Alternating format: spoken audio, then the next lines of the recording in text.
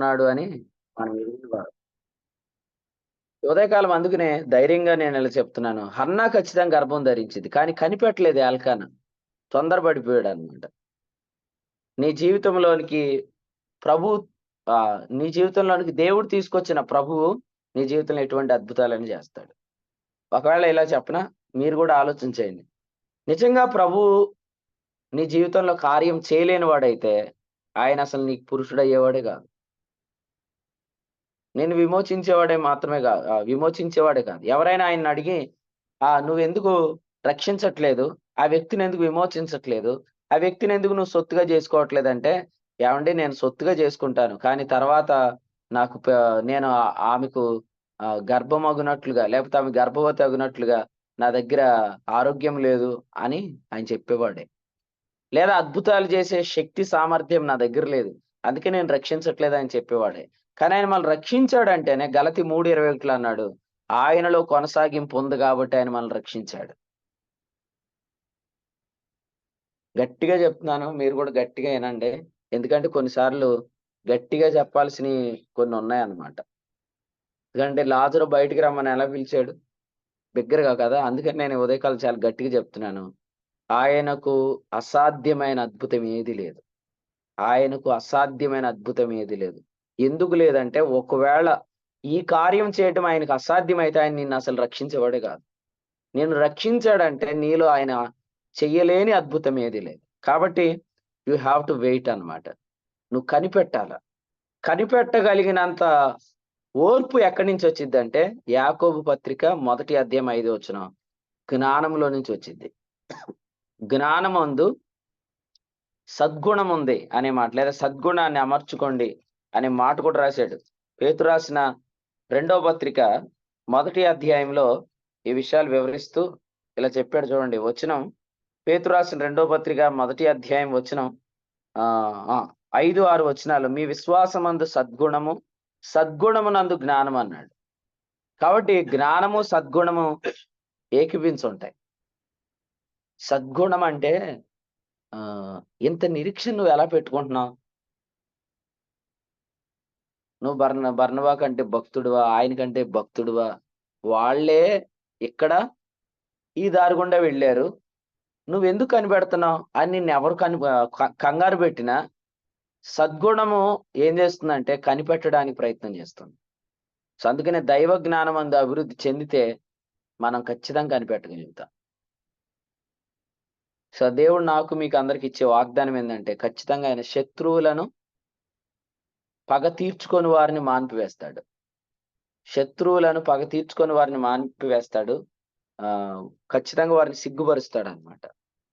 ఈ అధ్యాయంలో 2 విషయాలు మనం గమనించవచ్చు. నెంబర్ 1 హన్నా గర్భవతి ఒకట. నెంబర్ 2 సమూయేలు పరిచారకుడు ఒకట. హన్నా గర్భవతి ఒకట అనేది వాక్యపు నెరవేర్పు ఎలాగో, సమూయేలు పరిచారకుడు అవుట అనేది కూడా వాక్యపు నెరవేర్పే. ఫర్ ఎగ్జాంపుల్ ఇప్పుడు మీరు అందరూ వాక్యం వింటున్నారు. వాక్యం వినే మీరు అందరూ పరిచర్యలోకి వచ్చేసారనుకోండి, అంటే మీరు వాక్యం వినటమే కదా ఆ వాక్యం మీలో ఫలిస్తుంది అని అర్థం. ఇప్పుడు ఈ మీటింగ్ లో వాక్యం వినే ప్రతి ఒక్కరిని గమనించండి. వారి ద్వారా ఏదో ఒక పరిచర్య జరుగుతుంది. ఫర్ ఎగ్జాంపుల్ సతీష్ అన్న కుటుంబాన్ని చూడండి. దేవుడు వారు వాక్యం వినటం ప్రారంభించాక వారి ద్వారా ఇప్పుడు హైదరాబాద్ లో పరిచర్య ప్రారంభించాడు కదా. ఇప్పుడు మీరు ఆలోచన చేయండి. ఇలాగూ చాలా మంది సహోదరులు ఉన్నారు. ఇప్పుడు వారి దగ్గర నుంచి శత్రువు ఏదైనా దొంగిలించగలడు? ప్రకటన గ్రంథం 12వ అధ్యాయంలో ఏమన్నాడు? ఆ స్త్రీ గర్భవతి అయింది, ఆ శిశువును మృంగివేయాలని ఆ ఘటసర్పం ఎదురు చూస్తుంది. కానీ ఆ శిశువును ఆమె కనగానే ఆ శిశువు ఎక్కడికి వెళ్ళిపోయాడు? దేవుని సింహాసనం దగ్గరికి వెళ్ళాడు. ఇంకా ఆ శత్రువు ఏమి చేయలేడు. సేమ్ అలాగే మీరు ఎప్పటికప్పుడు ఇలాగ అనుకోండి, ప్రభువా నేను వాక్యం వింటున్న సమూయేల్ని, నేను వెంటనే నీ పరిచర్లో ఉందును గాక. నేను ఎల్కానాను వివాహం చేసుకున్న హన్నాను, నేను గర్భవతి అగుదును గాక. ఎందుకంటే హన్నా గర్భము ధరించుట ఆలస్యమైనప్పుడు, నేను దీన్ని ఇంకొక కోణంలోంచి ప్రభు ద్వారానే చెప్తున్నాను. హన్నా గర్భము ధరించడం ఆలస్యమైనప్పుడు పెనిన్న దూరింది. గల్తీ 2:5. సో మనం కూడా ఏం చెప్పాలంటే ప్రభుతో, ప్రభువా నువ్వు ఇస్తున్న ప్రతి వాక్యం నెరవేర్పులోనికి తొందరగా వచ్చునుగాక. తద్వారా ఆ వాక్యం నాలోంచి ఎవరు దొంగిలించలేరు. విత్తనము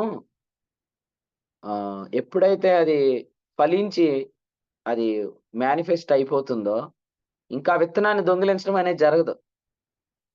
సో, మీ దగ్గరికి వచ్చిన ప్రతి వాక్యం మీరు డైరీలో రాసుకొని భద్రం చేసుకోవాలనుకుంటున్నారు. నేను కాదనట్లే. కానీ అంతకంటే గొప్ప సంగతి ఏందంటే, అసలు డైరీలో రాసి భద్రం చేసేది ఎందుకంటే, నేను రాసిన ప్రతి లైను కార్యమగును గాక. నేను రాసిన ప్రతి మాట కార్యం అయిపోయిందనుకోండి, ఎవ్రీ వర్డ్ మేనిఫెస్ట్ అయిపోయి కార్యం అయిపోతే ఇంకా అది దొంగిలించబడదు. సో, మనం కోరుకోవాల్సింది ఏందంటే, నంబర్ 1 హన్నా గర్భవతి అవ్వాలి. నంబర్ 2 సమూయేలు పరిచారకుడు అవ్వాలి. ఈ 2 ఈ అధ్యాయంలో జరిగిపోయినాయి. ఇంకా ఇదెవరు తీసివేయలేరు. కొంత ఆలస్యం జరిగితే ఏదైనా జరగొచ్చు.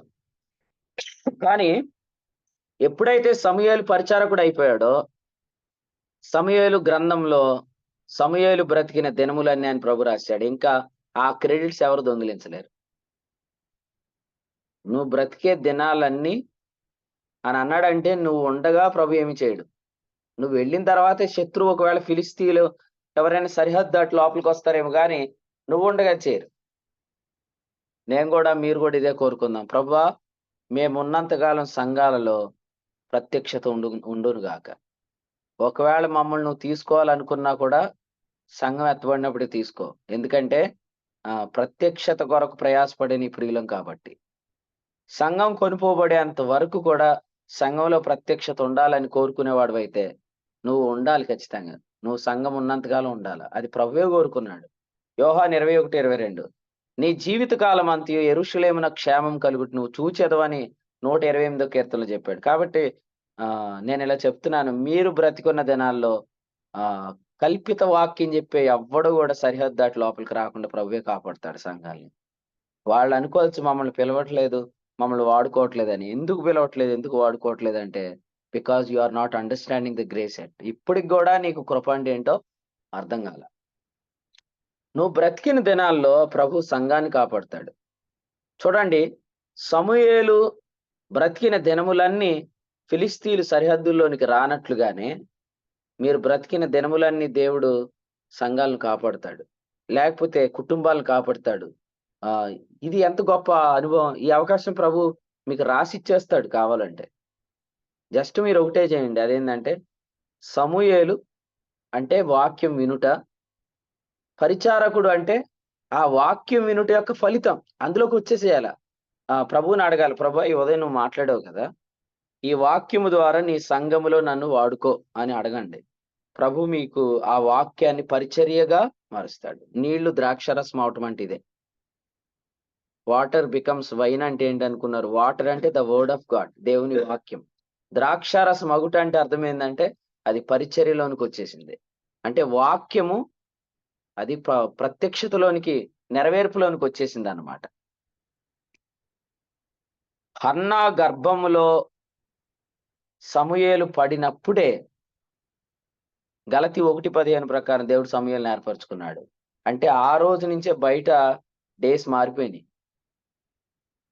ఆమె నేను ప్రెగ్నెంట్ అయ్యాను అని ఆమె కన్ఫర్మ్ చేసుకునే విధానం ఆమెకుంది గాని, నేను ఇలా చెప్తాను, ఆమె ప్రెగ్నెంట్ అయిందని ఆమె ఎలా కన్ఫర్మ్ చేసుకోవచ్చంటే, తల్లి గర్భమందు సమూయేలు పడగానే బయట వాతావరణం అంతా మారిపోతుంది. ఎందుకంటే దేవుని సేవకుడు రాబోతున్నాడు. ఈ గర్భములో నుంచి ఇశ్రాయేలును క్రమముగా జీవములో నడిపించే నాయకుడు రాబోతున్నాడు అనేది దేవుడు అద్భుతమైన విషయాన్ని అక్కడ రాసి ఉంచాడు. కాబట్టి మీరందరికీ ఇలాగ చెప్తున్నాను, ప్రభు ఖచ్చితంగా మీకు ఇస్తున్న ప్రతి వాక్యాన్ని నెరవేరుస్తాడు. ముఖ్యంగా మీరు వాక్యం వింటున్నారు, నెరవేర్పు కొరకు కూడా కనిపెట్టండి. వాక్యం వింటున్నారు, నెరవేర్పు కొరకు కనిపెట్టండి. ఎలా కనిపెట్టాలంటే, మీరు విన్న వాక్యంలోనికి తేరి చూడండి అంతే. ఇప్పుడు మీటింగ్ అవగానే అందరూ ఎక్కడికి వెళ్తారు? ఫ్రెష్ అవ్వటానికి వెళ్తారు కదా. రెడీ అయిపోతా ఉంటారు. కాలేజీకి వెళ్ళేవాళ్ళు కాలేజీకి, ఆఫీస్కి వెళ్ళేవాళ్ళు ఆఫీస్కి, ఇంటి పని చేసుకునే వాళ్ళు ఇంటి పనిలోకి వెళ్ళిపోతారు కదా. వెళ్ళిపోయినప్పుడు మీరు విన్న వాక్యంలోనికి తేరి చూడండి. ఆ వాక్యాన్ని స్మరించుకోండి. ఆ వాక్యాన్ని మీతో మాట్లాడుకోండి. ప్రభుతో మాట్లాడుతుండండి. ఇలా ఎవరైతే స్వాతంత్రం ఇచ్చే సంపూర్ణ నియమంలో తేరి చూస్తున్నారో వారు నిలకడగా ఉంటారు, వారు వాక్యం మర్చిపోరు, వారు క్రియ చేస్తారు, వారు క్రియలో ధన్యులవుతారు అని ప్రభువే చెప్పాడు. ఈ క్రియలో ధన్యులయ్యాక వాడేం ఎత్తుకుపోతాడండి? పక్షులు వస్తాయంట, విత్తనాలు ఎత్తుకుపోతాయంట. అంటే విత్తనాన్ని పక్షులు ఎప్పుడు ఎత్తుకుపోతాయి? ఆ విత్తనము భూమిలో పడి చచ్చి అది మొక్కగా మారకపోతే విత్తనం ఎత్తుకొని పోబడుతుంది గానీ, అది గాని గ్రహింపైతే ఆ గ్రహింపైన దాన్ని ఎవరు ఎత్తుకొని పోలేరు. ఇప్పుడు ఆహ్, నేనో ప్రశ్న అడుగుతాను. నాకు కలిగిన గ్రహింపు ఎవరైనా ఎత్తుకొని పోతారా? మీకు కలిగిన గ్రహింపు ఎవరైనా ఎత్తుకొని పోతారా? అలా కాదు. ఇలా గూడా చెప్తాను. మిమ్మల్ని ఎవరో బంధించేశారు. మీ గ్రహింపును బంధించగలరా? పౌలు గారన్నారు, "నేను బంధకాల్లో ఉన్నా, కానీ దేవుని వాక్యం బంధించబడలేదన్నాడు." అన్నాడా లేదా? ఎప్పుడైనా చదివారా రిఫరెన్స్? తిమోతి పత్రిక. చదువమా. తిమోతికి రాసిన పత్రికలో ఈ మాట చాలా అద్భుతంగా రాశాడు. ఆ మాట చదివి ప్రభు నామాన్ని మనం మహింపరుద్దాం. 2 తిమోతి అండి 2:19. ఒక్కడే ఉన్నాడండి బాబు తిమోతి. బైబిల్ ఒక్కడే రెండో గదండీ తిమోతి. రెండో పత్రిక అంటున్నా. రెండో తిమోతి అన్నారు. చదవండి. తిమోతికి రాసిన రెండో పత్రిక, రెండవ అధ్యాయం. వచనం 9వ 9. వచనం. నేను నేరస్తుడనై ఉన్నట్టు ఆ సువార్త విషయమై సంఖ్యలతో బంధింపబడి శ్రమపడుచున్నాను.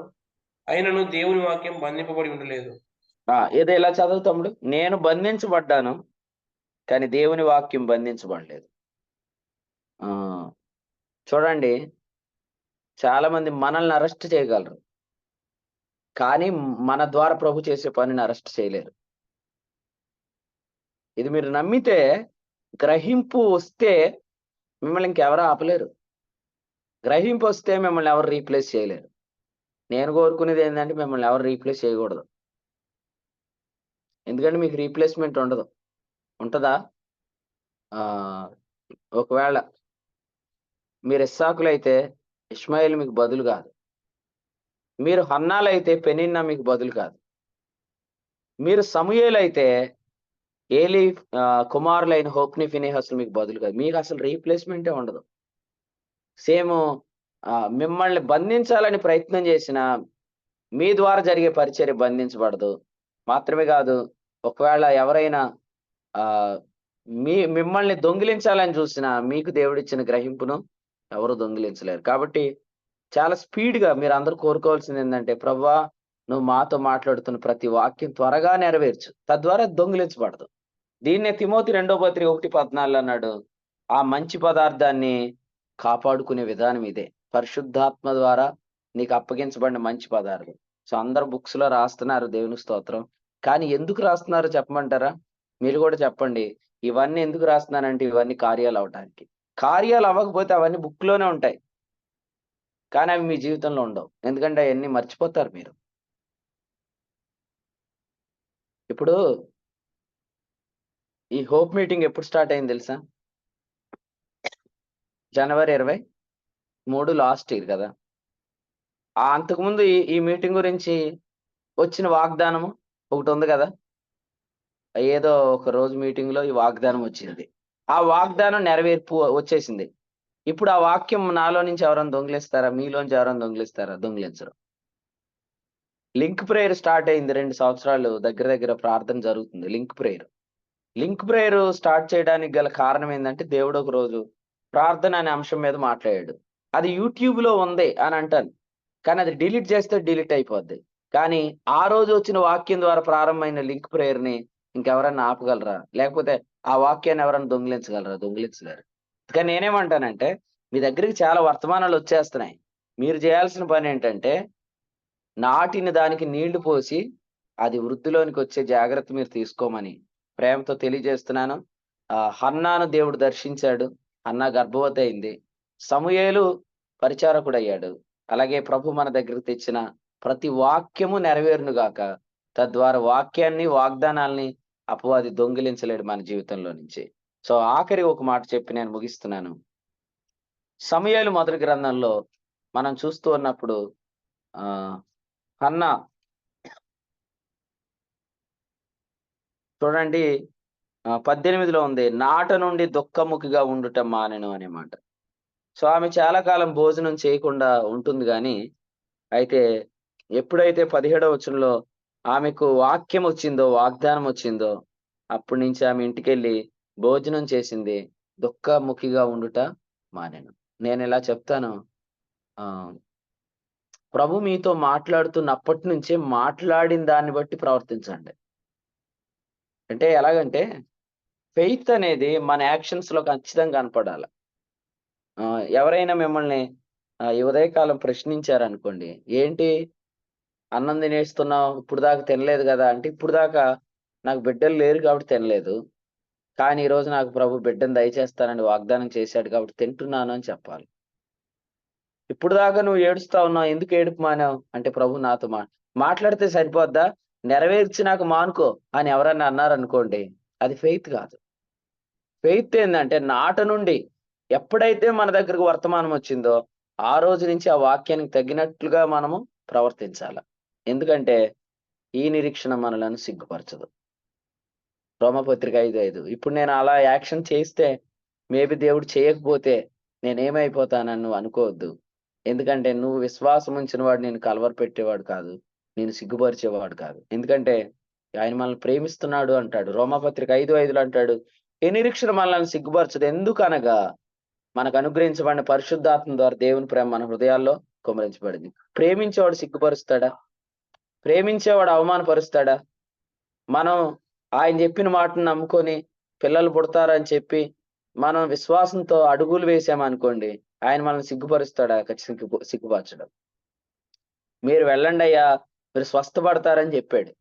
వాళ్ళు స్వస్థపడతామనే నిరీక్షణతో అడుగులేశారు, స్వస్థపడ్డారు. అందులో ఒకడు తిరిగి కూడా వచ్చి ప్రభుకు స్తోత్రం చెల్లించాడు. కాబట్టి నమ్మండి, అడుగులు వేయండి. ఒక అడుగు వేయండి, ఇంకొక అడుగు పడిద్ది. ఇంకొక అడుగు వేయండి, ఇంకొక అడుగు పడిద్ది. ఇక్కడ నుంచి 10 కిలోమీటర్ల దూరంలో ప్రభు నీలో అద్భుతం చేస్తాడు. సో ఆ 10 కిలోమీటర్ల దూరం వరకు కూడా నమ్మకంగా అడుగులు వేసేయండి. ప్రభు ఖచ్చితంగా చెప్పిన మాట నెరవేరుస్తాడు.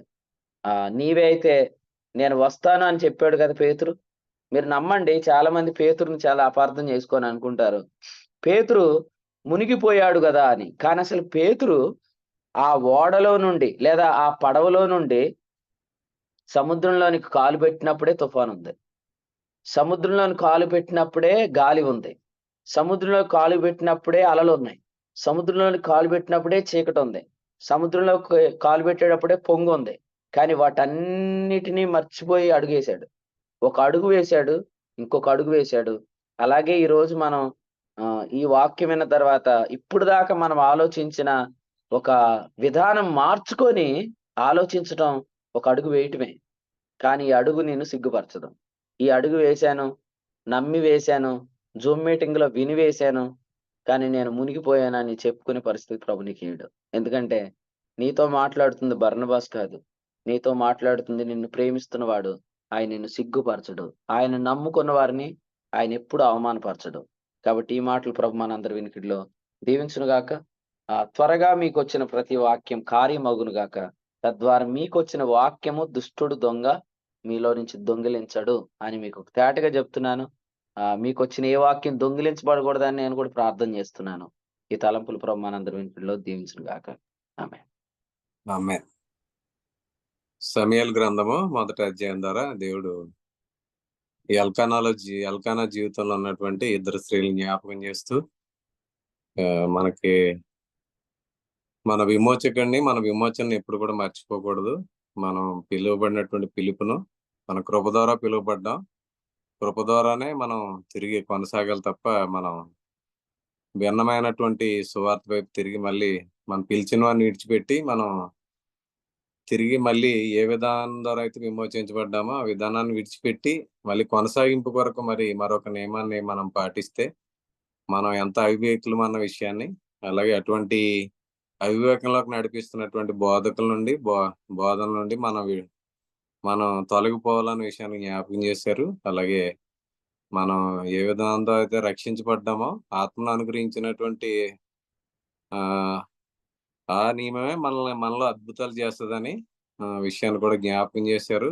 మనల్ని ప్రేమిస్తున్నటువంటి ప్రభు ఆ రోజున హన్నాను ఎలాగైతే సిగ్గుపరచలేదో మనల్ని కూడా సిగ్గుపరచడని మా ఎందుకంటే మన జీవితాల్లో ఏదైనా ఒక వాగ్దానం లేదా దేవుడి నుంచి ఒక మనకి ప్రామిస్ వచ్చినప్పుడు దాన్ని దేవుడు చేస్తాడని మన హృదయం అందు విశ్వసించి, ఆయన ఎప్పుడైతే మాట ఇచ్చాడో దాన్ని కార్యరూపం ఆయన చేస్తాడని మన హృదయంలో విశ్వసించి ఎదురు చూస్తే మన జీవితాల్లో మరి కొనసాగింపుకి మళ్ళీ ఆ కార్యం కొనసాగింపుకి మనం ఆచారాల వైపు జీవం లేని చోట క్రమం జీవం లేని చోట మనం ప్రత్యక్షత లేని చోటకి మనం ప్రయత్నించి మళ్ళీ ఆచారాల వైపు మళ్ళకుండా మనం ఏ విశ్వాసం ద్వారా రక్షించబడ్డామో అక్కడే మనకి వాగ్దానానికి నెరవేర్పు ఉందని మనం ముందుకు కొనసాగుతాం అన్న విషయాన్ని ఈ యొక్క వర్తమానం ద్వారా చాలా స్పష్టంగా దేవుడు సేవకులను వాడుకుని పరిశుద్ధాత్మ సహాయంతో మాట్లాడారు. కాబట్టి ప్రభు మనల్ని ప్రేమిస్తున్నాడు కాబట్టి ఆయన మనల్ని సిగ్గుపరచడు. కాబట్టి ఈ విషయాన్ని నమ్మి మనందరం కూడా మన జీవితంలో ఉన్న ప్రతి వెలితిని ఆయన పాదాల మీద పెడదాం. ఆయన మన జీవితాల్లో కార్యం చేస్తారు. కాబట్టి విలువైన వర్తమానం అందించిన దేవుని సేవకులకు కూడిక పక్షంగా ప్రభు నాలుగు వందనాలు తెలియజేస్తున్నాను. ముగింపు ప్రార్థన దేవుని సేవకులు కిరణ్ గారు చేస్తారు. ఈ సమయంలో రేపు దినం శనివారం లింక్ ప్రేయర్ ఉంటుంది ఉదయం 7 గంటలకి. అలాగే ఉదయం 5 గంటలకి తులసి పత్రిక నుంచి ప్రత్యేకమైన జూమ్ కూడుకుంటుంది కాబట్టి దీని ప్రియులు సతీష్ గారు నడిపిస్తారు. కాబట్టి రేపు ఉదయకాలం కూడా 5 గంటలకు జూమ్ కూడుకుంటుంది కాబట్టి మిమ్మల్ని అందరినీ చేరి రావాలని ప్రేమతో ఆహ్వానిస్తున్నాం. ఈ గుడికిలో ప్రారంభ ప్రార్థన చేసి కీర్తనలు పాడి వాక్యం చదివి సహకరించి వాక్య సాధన ప్రార్థించిన ప్రియులకు వందనాలు తెలియజేస్తున్నాను. అలాగే ప్రియులు కృష్ణ గారి యొక్క తమ్ముడు రాజు గారికి హార్ట్ ఆపరేషన్ చేస్తున్నారు కాబట్టి దాని విషయమై ప్రార్థన చేయమని కోరారు. కాబట్టి ఈ విషయాలన్నీ జ్ఞాపకం చేసుకుని ప్రార్థన చేయాల్సింది కోరుచున్నాను. ముగింపు ప్రార్థన దేవుని సేవకులు కిరణ్ గారు చేస్తారు. వారి ప్రార్థనతో కూడుకుని ముగింపు చేసుకుంటాం. వందనాలండి. పరిశుద్ధులైన తండ్రి, కృప కలిగిన దేవ, మమ్మల్ని ప్రేమించి అనుగ్రహించిన మరొక దినాన్ని బట్టి మీకు స్తుతులు చెల్లిస్తూ ఉన్నాం. ఈ దినము కూడా నేను నీ కృపా సహితముగా మేము జీవించగలుగుటకు వర్తమానం ఇచ్చి మేల్కొల్పిన రీతిని బట్టి మీకు స్తుతులు చెల్లిస్తూ ఉన్నాం. నేను నిజముగా ఈరోజు తన సొంత భార్యలో నుంచి ప్రతిఫలాలు చూడలేని వారు ఇతర ఈ కార్యాల నుంచి ప్రతిఫలాలు చూడడానికి నేను ప్రయత్నిస్తున్న ఆ పోలికను నాయన ఈరోజు కృప ద్వారా సమస్తము మేము పొందుకోగలమన్న నిరీక్షణను కోల్పోయి ధర్మశాస్త్రాన్ని జోలికి వెళుతూ దాని ద్వారా జీవించడానికి ప్రయత్నం చేస్తున్న వారు అనేక మందిగా నేను ఉంటూ ఉన్నారు. కృపను గ్రహించామని చెబుతూ కృపనే బోధిస్తున్నామని చెబుతూ కూడా నేను ధర్మశాస్త్రపు పోకడల్లోనికి వెళ్తున్నవారు అప్పుడప్పుడు మేము కూడా ఇదే బోధిస్తున్నామని తెలియపరుస్తున్నట్టుగా నేను అనేక మంది ఈరోజు బోధిస్తున్న వారు సమాజంలో కనపడుతూ ఉన్నారు. మేము విశ్వసించిన కృప ద్వారానే సమస్తము మా జీవితాల్లో జరుగుతుందని మీరు మాట్లాడిన ప్రతి మాటను బట్టి మీకు స్తుతులు చెల్లిస్తూ ఉన్నాం. నేను నిజంగా హన్నా పిల్లలే లెక్కలోనికి వచ్చారు తప్ప పెనిన్న పిల్లలు వారు ఎప్పటికీ కూడా వారి పేర్లు కానీ అవన్నీ కూడా మీరు నేను రాయించలేదు. ఎందుకనంటే మీరు కృపచేత సిద్ధపాటు చేయబడిందే మా జీవితాల్లో చివరి వరకు నిలిచేది. మా శక్తి చేత మా సామర్థ్యం చేత సంపాదించింది ఏది కూడా నేను అది తృణీకరించబడేదని నేను ఎవరైతే గ్రహింపు పొందుకుని ఉంటారో వారి జీవితాల్లోంచి అది ఎప్పటికీ తీసివేయబడదని. నిజమే, అపవాది ఎప్పుడు ఎత్తుకుపోగలడు అని అంటే గ్రహింపు పొందుకోలేని వారి హృదయాల్లోంచి ఎత్తుకుపోగలడు కానీ గ్రహింపు పొందిన వారి హృదయాల్లో నుంచి వారెన్నటికీ అది కార్యముగా జరిగితే వాడెన్నటికీ దాన్ని తీసివేయుట గాని ఇది జరగలేదని చెప్పుట గాని వాడికి అసాధ్యం. మేము విన్న ప్రతి విషయము నేను వింటున్న ప్రతి ఒక్కరి జీవితాల్లో కార్యరూపమగునుగా కానీ ప్రార్థన చేస్తూ ఉన్నాం. ప్రతి ఒక్కరు విన్న వాక్యాన్ని నేను వారు అశ్రద్ధగా వినక ఏ వాగ్దానం కొరకు వారు ఎదురు చూస్తున్నారో అది నీ నోట పలకబడినప్పుడు నేను దాన్ని ఆమెనని చెప్పి పొందుకోగలుగుటకు నాయన నేను అనేకులు మేము ఎదురు చూస్తున్నా రాబోయే కాలంలో అనేకులు నేను ప్రతిరోజు కూడా ఈ కార్యము నా జీవితంలో నెరవేరింది అని నేను నెరవేర్పు కలిగిన మాటలు కలిగిన ప్రజలను మేము చూడాలి అని మేము ఎదురు చూస్తున్న సంఘాలలోనైనా వాగ్దానం పొందుకున్న ప్రజలు దాని నెరవేర్పు చూసిన ప్రజలు అనేకులుగా ఉందురుగా కానీ ప్రార్థన చేస్తూ ఉన్నాం. కృప చూపించండి. వాక్యం విన్న ప్రతి ఒక్కరి జీవితాల్లో కూడా అది కార్యసాధకమగలుగుటకు నేను వారు దాన్ని కార్యరూపంలో చూడగలుగుటకు కూడా విశ్వసిస్తూ ఉన్నారు. దాని కార్యాన్ని కూడా చూడగలిగే కృపను దయచేయమని నేను ఎల్లప్పుడూ నీ వాక్యాన్ని శ్రద్ధ కలిగి వినగలుగుటకు నీ కృపను అనుగ్రహించమని నేను ఎవరైతే గ్రహింపు పొందుకున్నారో వారి హృదయాల్లో నుంచి అపవాది అన్నటికీ కూడా దాన్ని తీసివేయలేడన్న సంగతిని గుర్తిరిగి అక్షరాల్లో ఉన్న నేను వచనాలు నేను జీవితాల్లో కార్యాలుగా మలచబడగలుగుటకు నేను మీరు ఎంత వేగంగా పనిచేస్తున్నారో మేమంతా నేను శ్రద్ధ కలిగి వాక్యాన్ని అర్థం చేసుకోగలుగుట కృప చూపించమని చేరువచ్చిన ప్రియులు నేను ఎవరెవరైతే వాక్యాన్ని విని ఉన్నారో వారందరి జీవితాల్లో కూడా ఎవరెవరికైతే మీరు ఈ రోజు వర్తమానం ద్వారా వాగ్దానం ఇచ్చారో ఏవైతే కార్యాలు చేయడానికి మీరు ఇప్పటికే అనుమతులు ఇచ్చి ఉన్నారో వాటన్నిటి విషయంలో కూడా నీ కృపను అనుగ్రహించమని రేపటి దినము జరగబోతున్న నేను ప్రార్థన విజ్ఞాపన ప్రార్థన కూడికలో కూడా మేము వినాలనుకుంటున్నాం. ఏవి నెరవేర్పులు జరిగాయో వాటన్నిటిని గురించి కూడా మీరు మాకు తెలియజేసి స్తుతిస్తూ ప్రార్థించే కృపను ప్రతి ఒక్కరికి దయచేయమని చేరువచ్చిన ప్రియులు నాయన మీరు సిద్ధపాటు చేసిన సేవకులను బట్టి కూడా మీకు స్తుతులు చెల్లిస్తూ క్రీస్తు వారి పేరట ఈ కృతజ్ఞతాస్తుతి మనం చెల్లిస్తున్నాం పరమ తండ్రి. ఆమేన్. వందనాలు. ఆమేన్. ముగింపు ప్రార్థన చేసిన దేవుని సేవకులకు అలాగే ఇప్పటి వరకు ఆసక్తిగా వర్తమానం ప్రియులందరికీ కూడా వందనాలండి. ఒకరికొకరు వందనాలు తెలియజేసుకున్న అనంతరం కోడికి ముగించుకుందాం. అందరికీ వందనాలండి. వందనాలండి. అందరికీ అందరికీ మన ప్రభు అయిన యేసుక్రీస్తు నామములో వందనాలండి. అందరికీ వందనాలు. అందరికీ వందనాలు. అందరికీ వందనాలండి. అందరికీ వందనాలు. అందరికీ వందనాలండి. అందరికీ వందనాలండి.